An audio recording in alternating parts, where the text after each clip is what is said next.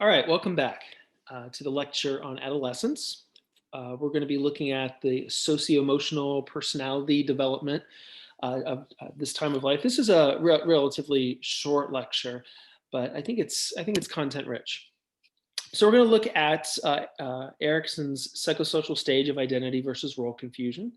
Then we're going to move on to Marcia's theory of identity achievement. And then we're going to continue the conversation as it relates to adolescence with self-concept.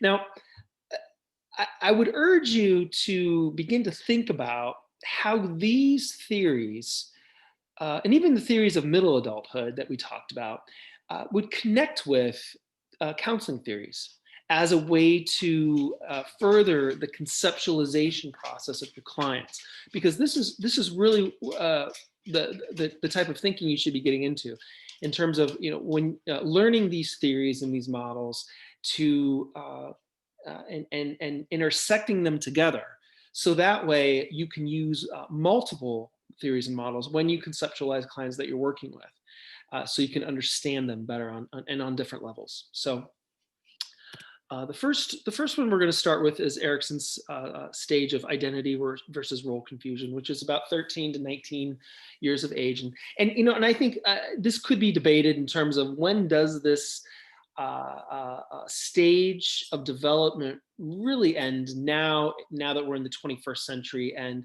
I would say adolescence is strongly expanded out from about 13 to maybe, I don't know.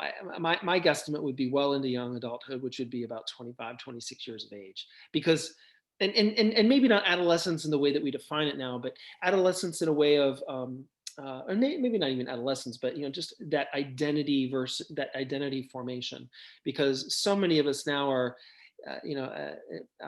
going to high school and then college and then graduate school, and people are putting off marriage to a later time of life, or maybe putting it off indefinitely.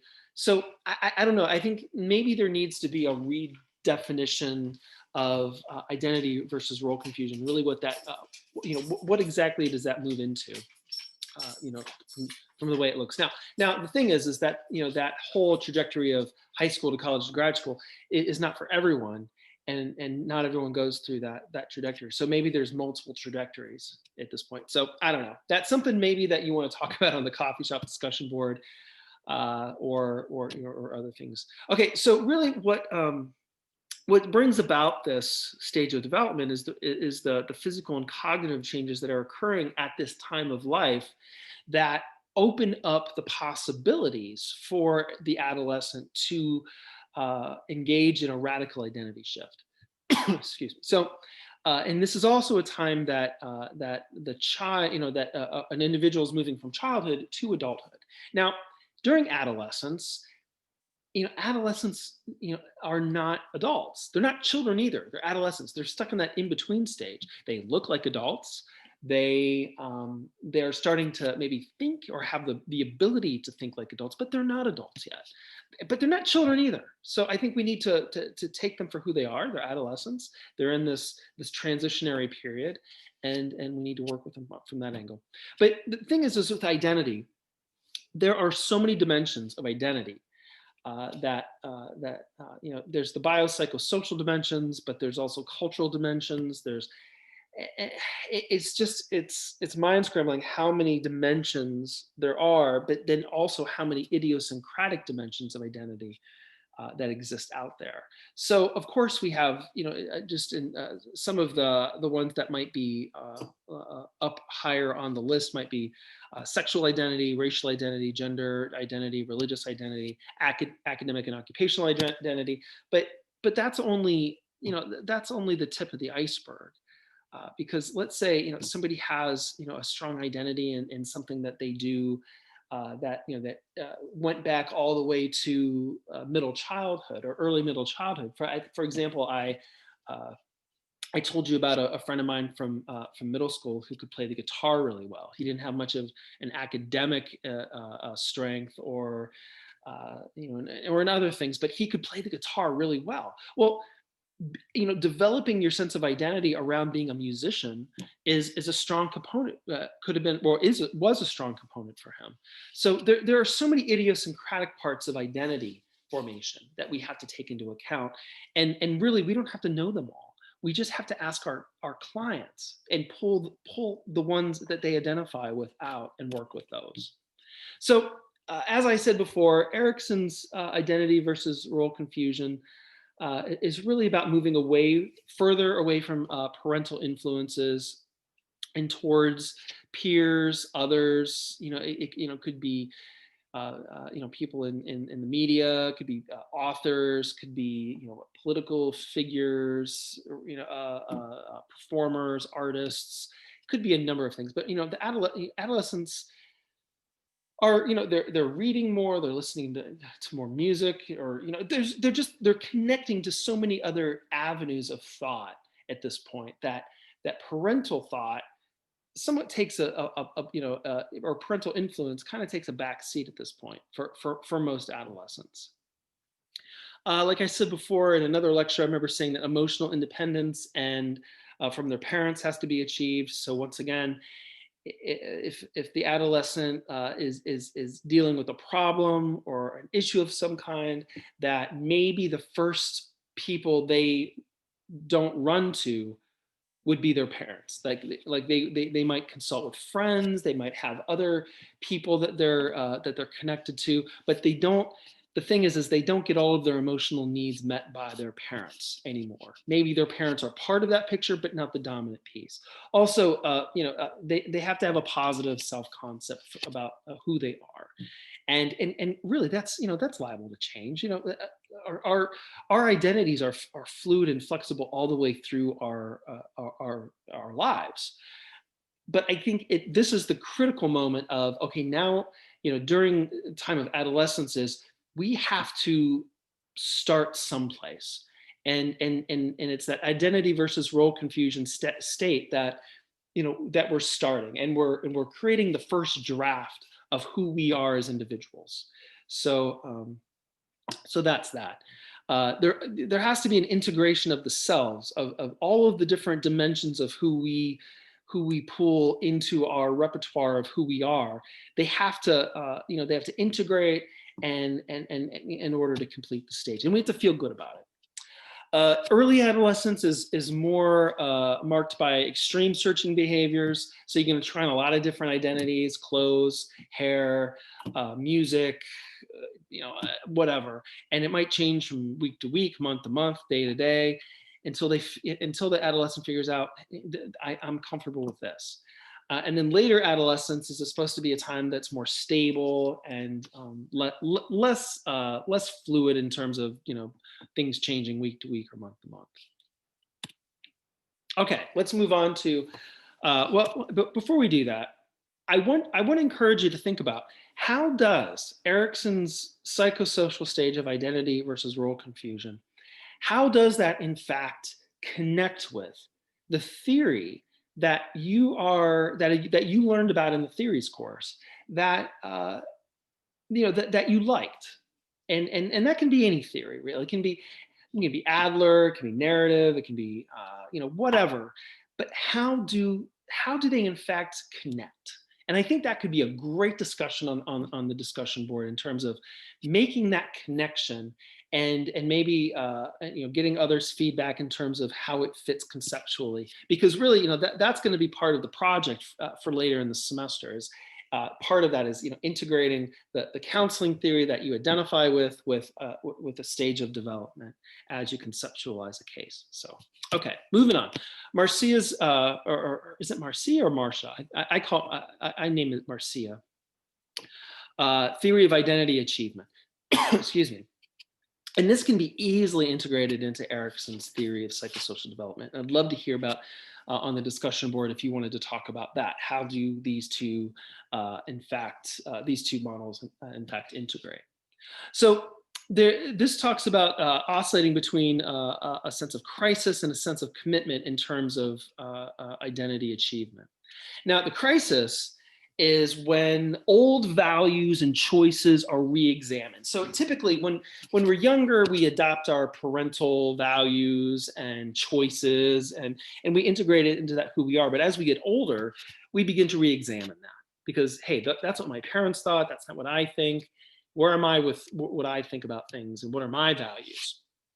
And commitment is when old and new values are integrated and adopted. So maybe some old values are dropped off and adopted and replaced with new values, or they're integrated with new values. So but it's really a choice that the adolescent makes in terms of how all this is going to fit for them.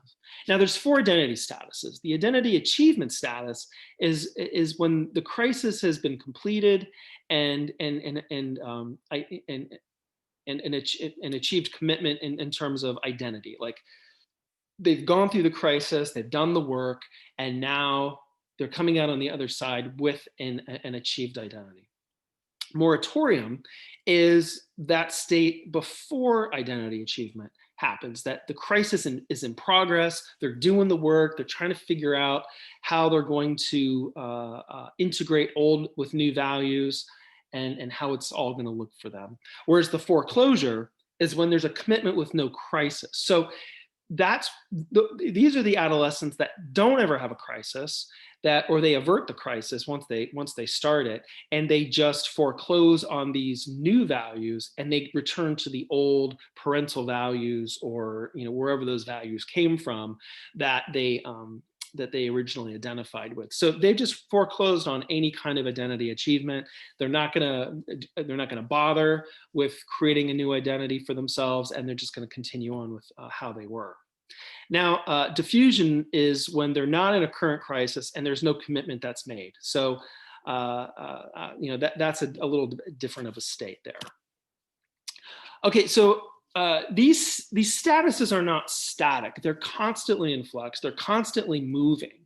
And during the time of adolescence, they're probably more fluid and more stormy and more at odds than at other times of life. But this theory of identity achievement is constantly going on throughout all of our lives. Like once you reach your 20s, your 30s, your 40s, your 50s, 60s, all the way up, you're constantly re-identifying your sense of self. Also identity achievement might occur in some dimensions of your identity, but not others, or maybe at different times. So this isn't something that you achieve a perfect state of identity achievement all at one time. That those different dimensions of identity might go into achievement or be resolved at different times. And then they might go out of achievement. They might go back into some kind of a moratorium where you're re-chewing on this and doing the work again to recalculate who or how that part of your identity will change. Also, culture and generational cohort will affect identity achievement based on the individual's cultural identity. And remember, there's several dimensions of culture within a person. That needs to be explored. And then and generational cohort is really, that could be seen as under culture. That if you're a generational cohort is baby boomer or Gen X, millennial, or Gen Z even. So it really each one of those cohorts is a cultural makeup in and of itself. So identity is pretty complex, and it's always moving, and it never stays the same for very long. Self-concept. This is I think an extension from the self-concept talk from the middle childhood lecture in that reading. So because adolescents have achieved formal operational thinking, the self-concept becomes more complex and abstract and not as clear cut maybe. It's not just about physical appearance, but also about abstract traits and ideologies, moral standards, beliefs, personal philosophies, and will enter into the construct of identity. So it becomes more complicated and complex. That our self-concept expands over several contexts. That you might have a self-concept of being a son or daughter, also a friend, and maybe your self-concept might look differently with different friends, as a significant other, as a girlfriend, boyfriend, partner, husband, wife. That whatever significant relationship you're in will influence your self-concept. Also student, employee, professional, whatever, all will move into how you define your overall identity. Also, self-concepts become influential to behavior. So a good family dynamic might predict your perception to have a positive family relations in the future. So if you come from a good family that's healthy and supportive and nurturing, and you've had a positive experience with your nuclear family and your extended family, you're going to be more you're going to have probably more positive perceptions on moving your own family into a positive state and being more family oriented than somebody who came from a family that might have been more cold, distant, abusive in nature. That you might have more positive or a more negative prediction of, hey, I'm just not good at this family stuff because of because of what I've experienced. So. All right, well, that's the conclusion for adolescence for socio-emotional personality development. Any questions about any of these, please reach out. If not, have a good day.